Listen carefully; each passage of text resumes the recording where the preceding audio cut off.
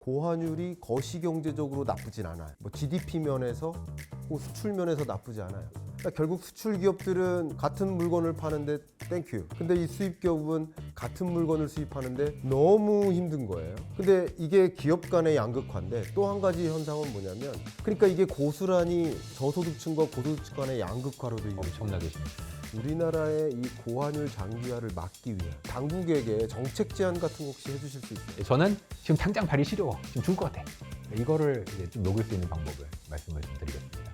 이제 우리나라에 이제 외국 자본을 들여오는 것.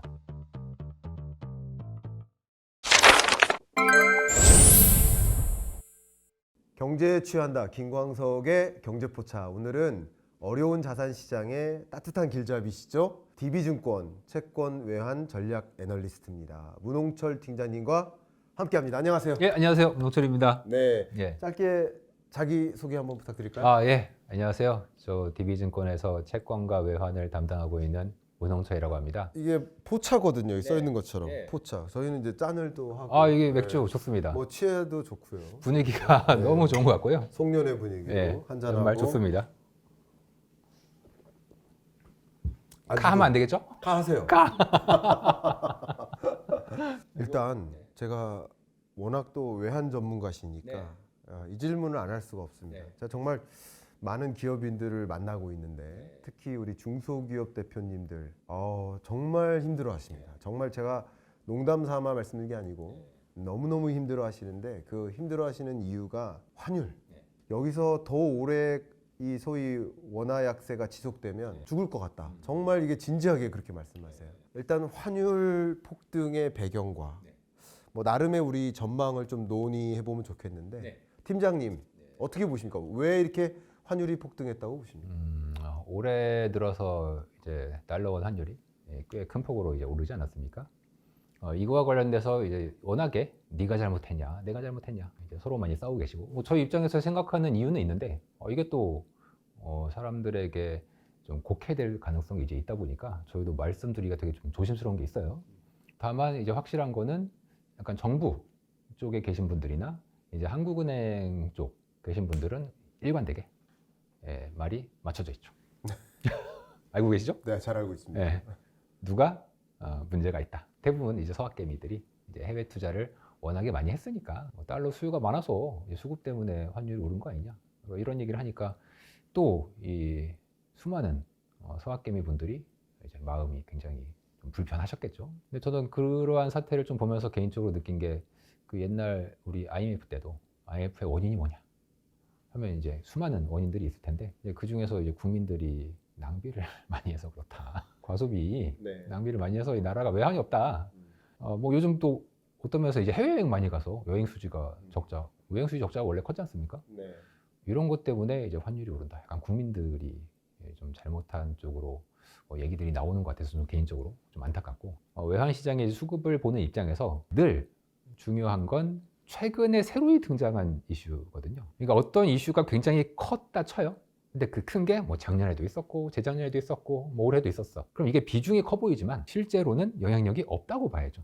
왜냐하면 새로운 이슈가 아니기 때문에. 그런데 아주 작은 이슈임에도 불구하고 작년에 재작년에 없다가 올해 이제 새로이 등장한 어떤 작은 이슈가 있다면 얘가 환율이나 자산 가격에 영향을 굉장히 많이 미치게 돼 있습니다.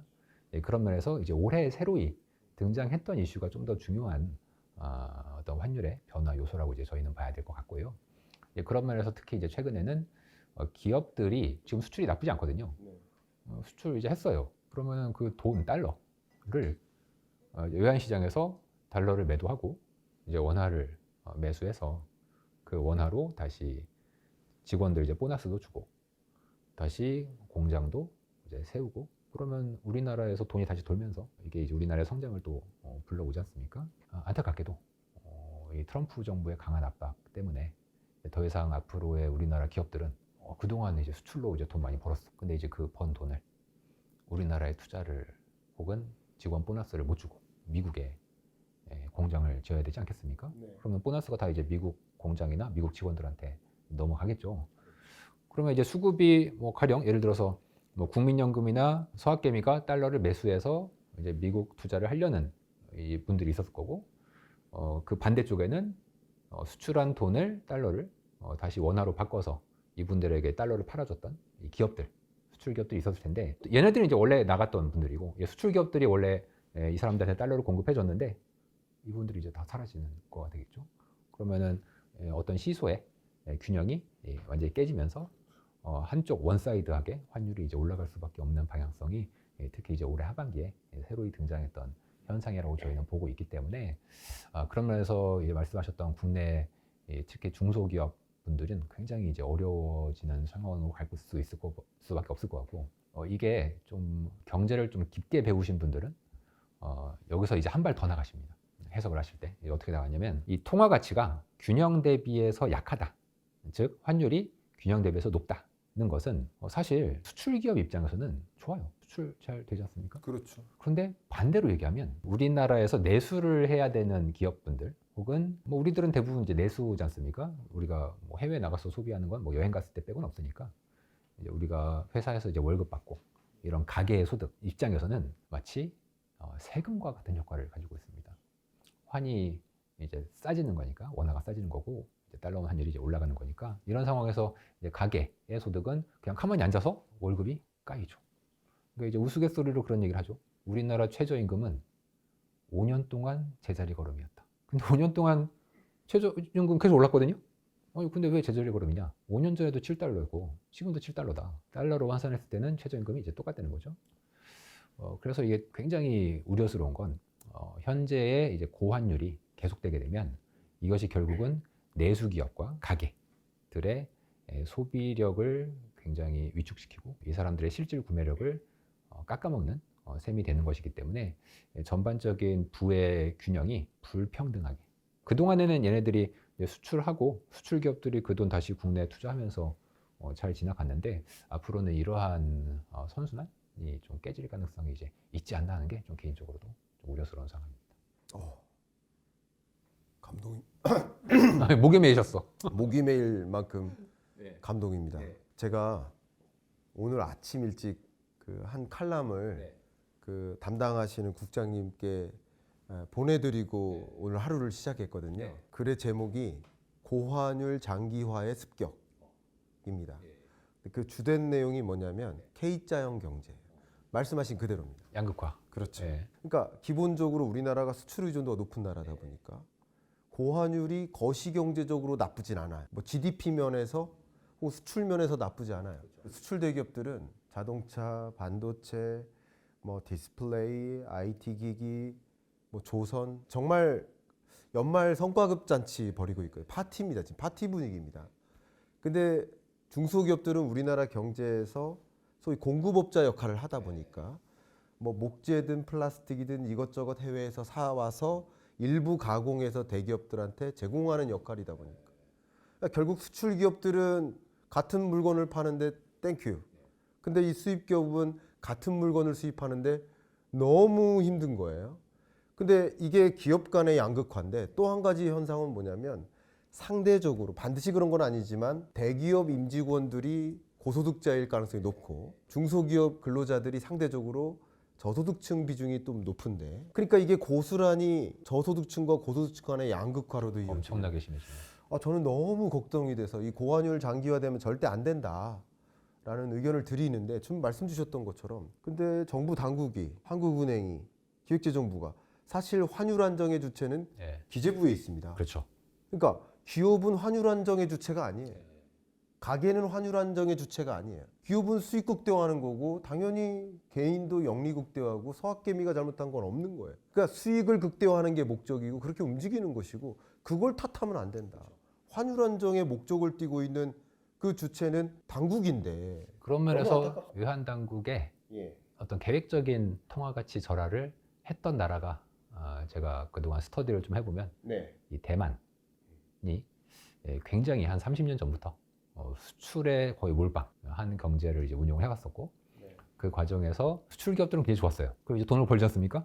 그런데 그 돈을 대만은 원래 중국 본토에서 오신 분들이 많잖아요.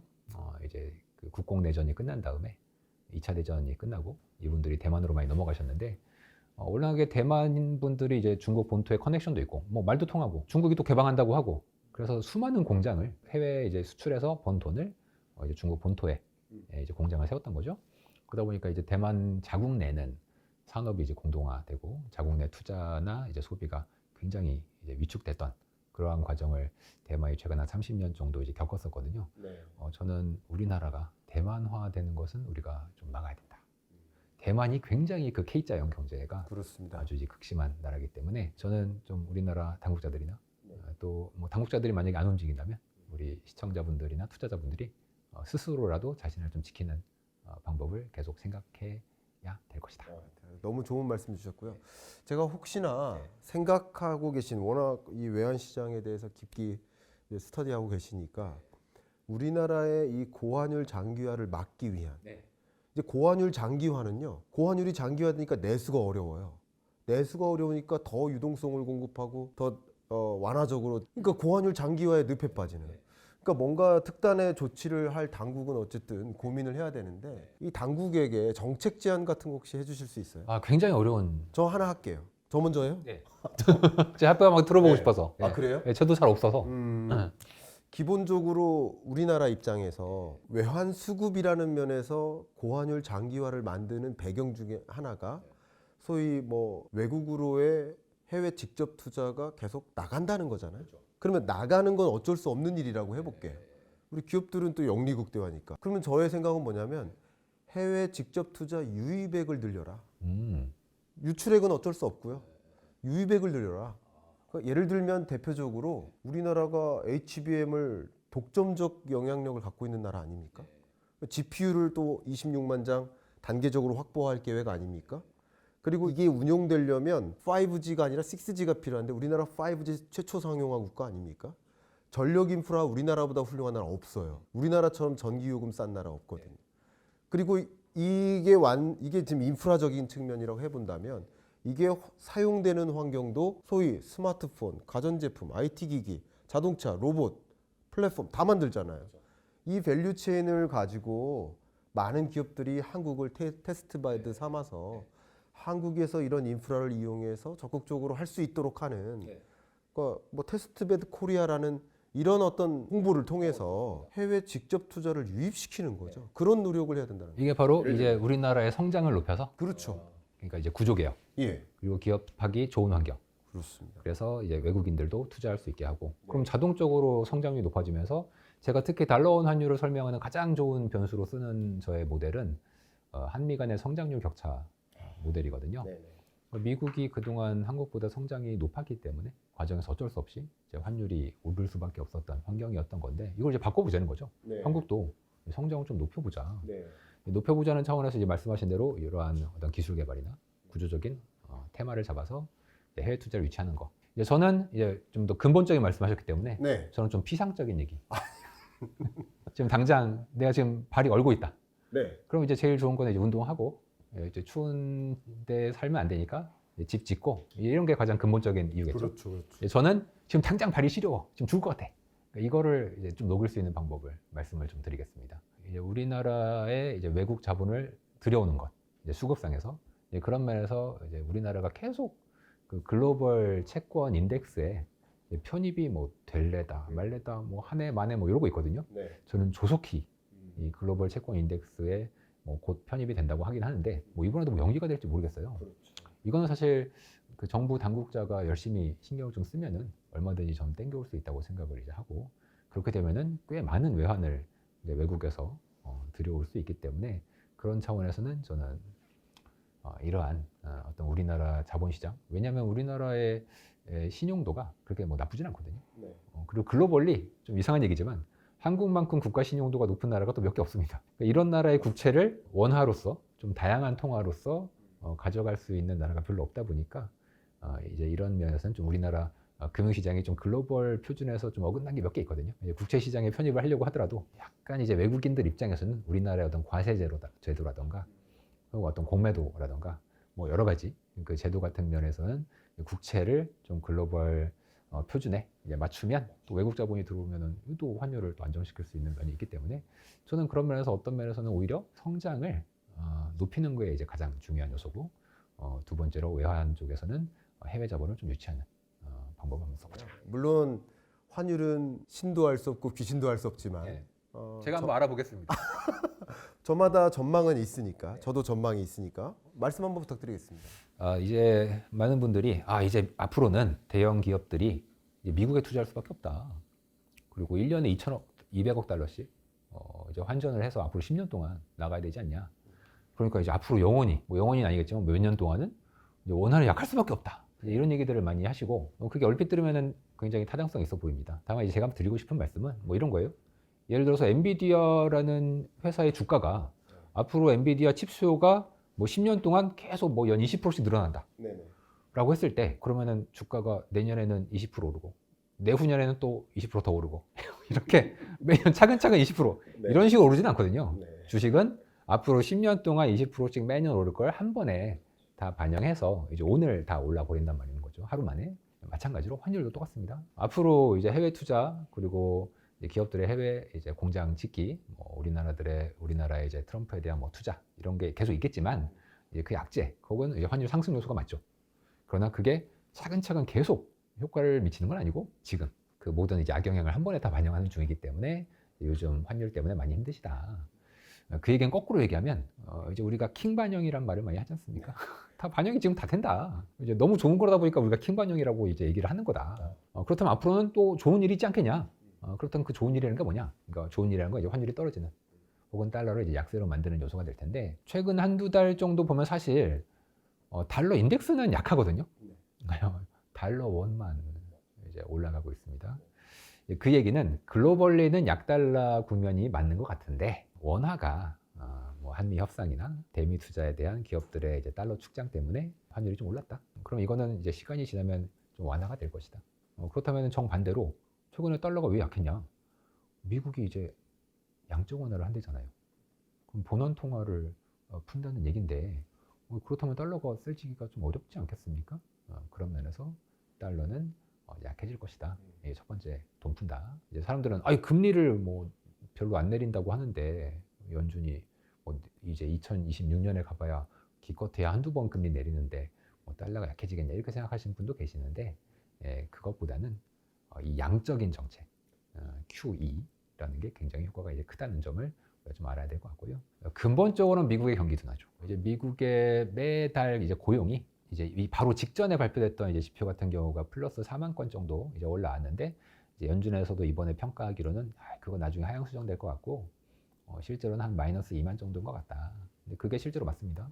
그래서 앞으로 미국의 고용이 계속 월 0 혹은 약간 마이너스 정도가 이제 나올 것 같은데 이게 사실은 굉장히 안 좋은 시그널, 그러니까 경제에는 미국의 경제에는 이제 안 좋은 시그널이거든요. 그렇다면 미국의 경제가 뭐 크게 폭망하지만 않으면 이러한 완만한 둔화 추세에서는 당연히 통화 가치가 달러가 약해지겠죠. 이제 그런 과정에서 우리나라가 뭐 잘한다기보다는 내년도에 미국의 경기 둔화를 고려하여 달러가 약해질 것 같고 특히 이제 우리나라에서는 반도체가 요즘 슈퍼 사이클이라고 하지 않습니까? 그렇게 이제 상황들이 맞춰진다면 저는 환율이 이제 새해가 되면서부터는 좀 하향 안정세를 보일 수 있지 않겠는가 그렇게 생각하고 있습니다. 여러 전문가분들을 뵙는데 저의 전망하고 다들 좀 많이 다르셔서 다들 비관론들이신가요? 더 올라갈 거다. 1,600원 상방 열려 있다. 뭐 이렇게 하셔가지고 저만 외롭게 했는데 말씀 주셨던 부분에 거의 전적으로 공감하고요. 네. 추가적으로 좀 의견을 드린다면 크게 다르진 않습니다. 저도 이제 의견을 드린다면 첫 번째는 그러니까 환율도 그렇지만 주식시장도 마찬가지 선반영이죠. 그러니까 이제 1,600원 상방 열려 있다고 보시는 분들은 매년 이제 200억 달러씩 나가는데 해외 직접 투자 이제 계속 나가는. 근데 그걸 지금 알고 있는 정보잖아요. 그 결정되어서 반영된 환율이라고 보는 거예요. 이미 반영된 환율이다. 그러니까 앞으로 발생하는 추가적인 소재가 아니다. 그때 이거는 좀 부정하고 싶고요. 두 번째는요. 굉장히 재밌게도 저는 기점을 25년 9월로 정하고 싶어요. 25년 9월까지는 미국의 금리 인하는 없었어요. 올해 들어. 근데 다른 나라들은 다 금리 인하했어요. 그러니까 무슨 말이냐면 뭐 스위스, 스웨덴, 유로존, 캐나다, 한국도 마찬가지. 다른 나라들이 앞다퉈 금리 인하했어요. 근데 9월을 기점으로 해서 26년 11월까지를 놓고 보면 미국의 금리 인하가 가장 빠른 거예요. 그러니까 금리 차 가지고만 말씀하시는 분도 계시지만 앞으로는 미국의 금리 인하 속도가 가장 가파를 것이다.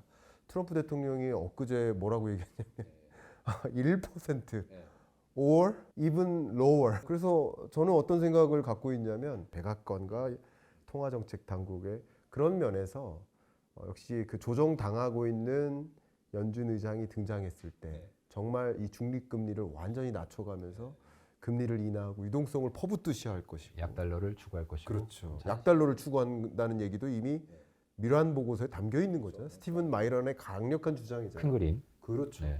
미국이 약달러를 원한다는 거예요. 그죠? 이런 것을 좀 감안해 보면 오히려 환율의 안정화를 생각해 보는 것도 좋지 않을까.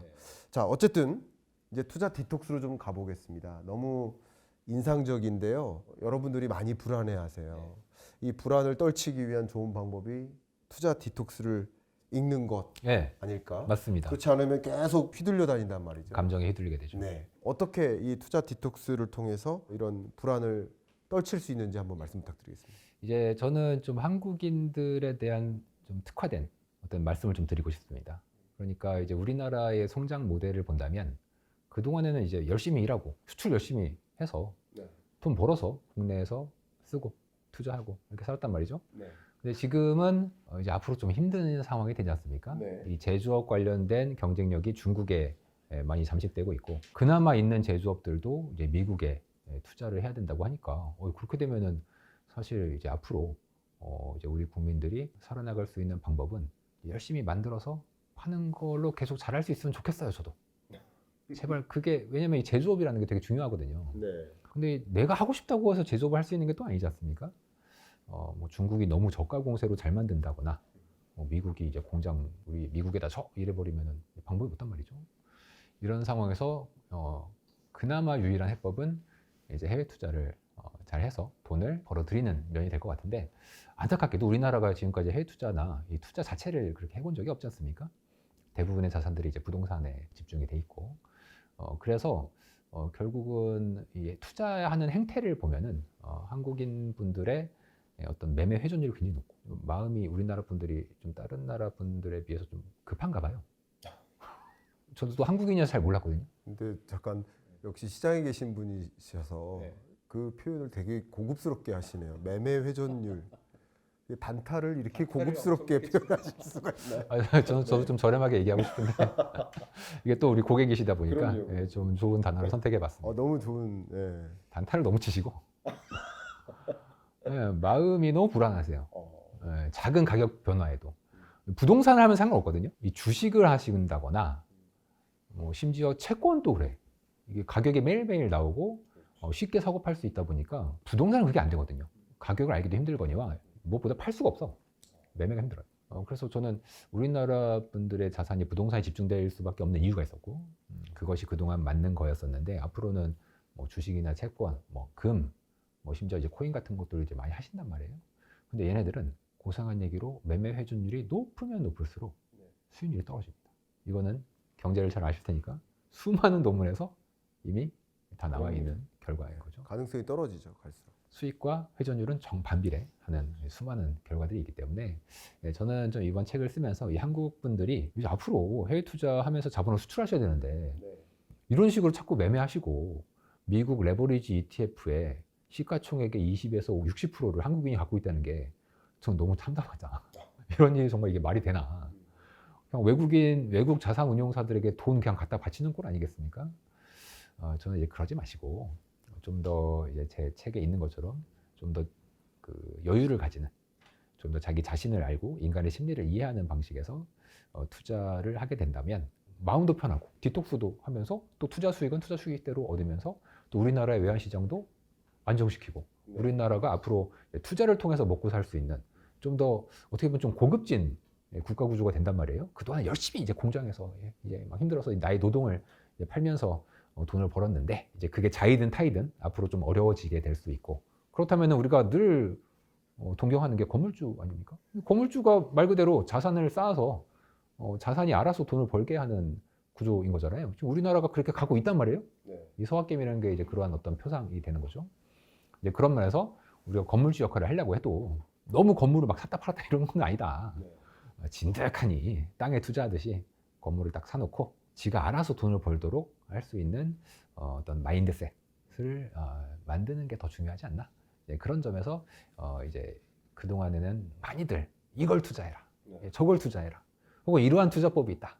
이렇게 너무 회전율을 높이는 방향으로 여러 가지 책들도 나오고 좀 더 부추기는 방향으로 여러 가지 이제 매체들도 좀 있었던 것 같습니다. 저는 이제 그런 것보다는 좀 진득하니 또 인간에 대한 좀 이해, 더 중요하게는 자신에 대한 이해가 있으면 오히려 돈을 더 많이 벌 수 있을 것이다. 그런 점에서 좀 디톡스를 하는 방법은 이 책에서 한번 자기 자신에 대해서 한번 돌아보는 시간을 좀 가져보는 게 좋지 않겠나. 그리고 자신에 대한 파악이 된다면 이제 어떤 식으로 투자하는 건 그 다음에 자연적으로 나오게 돼 있거든요. 그런 식으로 투자에 대한 좀 자신만의 철학을 가져가시는 게 좋을 것 같다. 그렇게 해서 책을 좀 쓰게 됐습니다. 제가 건배 제의해도 될까요? 좋습니다. 강의를 한 편을 제대로 들은 것 같아요. 이게 저도 좀 하면서 얘기하면서 좀 걱정이 됐던 게 약간 좀 이제 요즘 어르신들 같은 얘기하면 재미없다, 뻔한 얘기다 이러면서 좀 싫어할까봐. 저도 물론 이거 사십시오, 저거 사십시오, 혹은 지금 사세요, 파세요 이렇게 얘기하는 거 저의 직업이기도 하고 그러고 싶어요. 그런데 그게 결과적으로는 수익을 가져다 주는 데 있어서는 그렇게 좋은 결과를 가져오지 않았다. 그런 점에서는 좀 제 책을 한번 읽어보시고 그럼 어떻게 하면 뭐 돈을 벌 수 있냐? 그게 되게 어렵지 않거든요. 사실. 그래서 뭐 그런 점에서 한번 추천을 드립니다. 제가 이 질문 꼭 드려보고 싶습니다.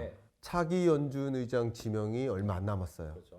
어떻게 생각하십니까? 누가 될 거라고 생각하십니까? 저는 개인적으로는 둘 다 케빈이네요. 케빈 앱셋 쪽이 좀 더 가능성이 있지 않겠는가. 그리고 제가 꼭 좀 말씀드리고 싶은 건 뭐 시청자분들한테 이런 게 있습니다. 예를 들어서 트럼프가 결국은 뒤에서 조종하고 뭐 비둘기적인 연준이 오고 하면 이제 금리를 많이 낮출 것이고 뭐 그러겠죠. 저도 그렇게 생각합니다. 그럼 금리를 많이 낮추면 이게 경제에 좋은 것이냐 혹은 시장 금리가 떨어질 것이냐 이건 약간 별개입니다. 투자하는 행태를 보면은 한국인 분들의 매매 회전율이 굉장히 높아요. 근데 잠깐 역시 시장에 계신 분이셔서 매매 회전율 단타를 이렇게 고급스럽게 표현하실 수가 있나요? 단타를 너무 치시고 마음이 너무 불안하세요. 매매 회전율이 높으면 높을수록 수익률이 떨어집니다. 이거는 수많은 논문에서 이미 다 나와 있는 결과인 거죠. 유상한 말 한번 해보겠습니다. 증권사 계좌 중에 가장 수익률이 높은 계좌가 어떤 사람의 계좌일까? 대부분 사망자.